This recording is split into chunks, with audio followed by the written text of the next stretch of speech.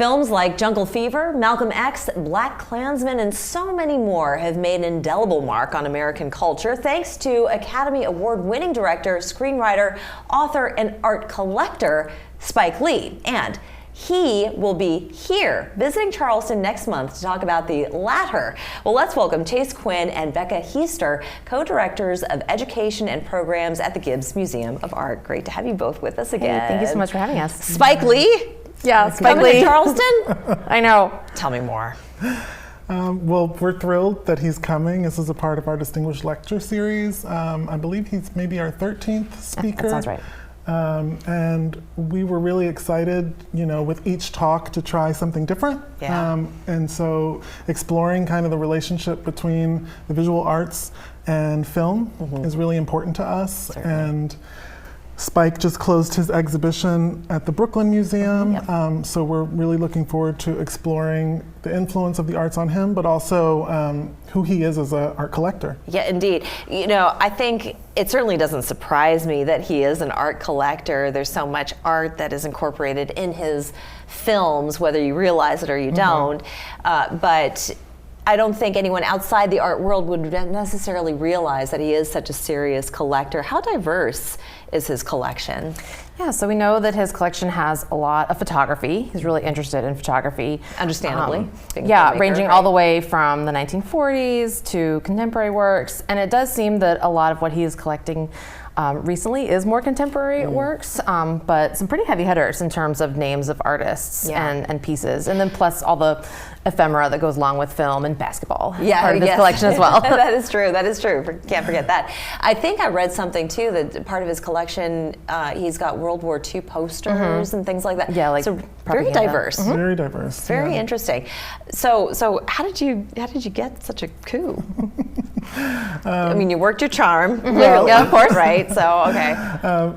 Like we said, we knew that we wanted to this year explore the relationship between film and the visual arts, and we were all aware of the splash that he made at the Brooklyn Museum with his show. So we were able to get in touch with his person, and they were receptive to the idea. And to our knowledge, this really represents, the first time that he's, spoken at a institution like the Gibbes. So really, you're setting the tone, you're setting the stage for what could be a countrywide, a nationwide tour of his collection. We hope so. So kudos to you. I mean, this is what Gibbes Museum is all about. You do it all the time, so congratulations on that. So that's going to happen October 15th. And then you're also working with the Terrace Theater. You're going to be showing a few of his films later this month. So which are the films that are going to be shown?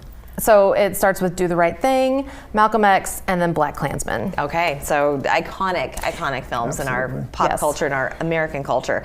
All right, you've got other things going on at the Gibbes. We don't want to leave anybody else out. You do have the Distinguished Speaker Series. So who are some of the other artists that are going to be coming to?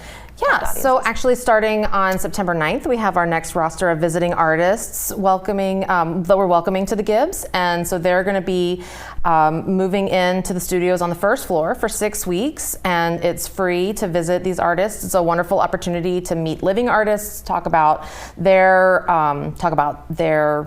practice, their experiences, things like that, and then also see how they're incorporating works from the Gibbes permanent collection into their works. Yeah, and tell us a bit more about the 1964 Summer Freedom. Yeah, so in the Art Sales Gallery, which is also on the first floor of the Gibbes, right now we have an exhibition of student artwork from our most recent Freedom School that was in partnership with Metanoia this year. So one of their co-workers at the Gibbes went in and worked with the students for 6 weeks, and they covered topics like I can make a difference in myself, in my community, in my nation, worked with a local photographer who's actually going to be a visiting artist later this year, and learned how to really use photography and art as a way for social and personal activism. That's wonderful. All right, and last but not least, but this is a first for the Gibbes, and that is the Gibbes and Ghouls. So celebrating Halloween. Yes.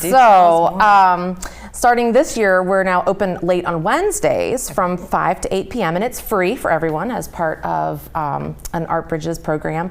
And when we saw that October 30th was a Wednesday, we knew we had to do a family program. So we are going to be celebrating Halloween with trick-or-treating throughout the galleries.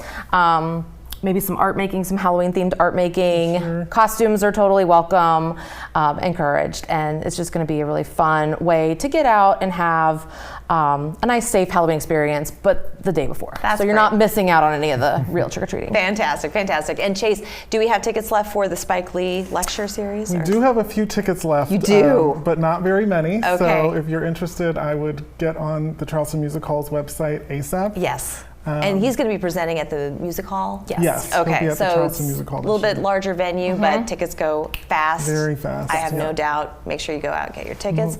Chase, Becca, great to have you both with us. Thank you so much. Thank you. Thank you. We're back after this.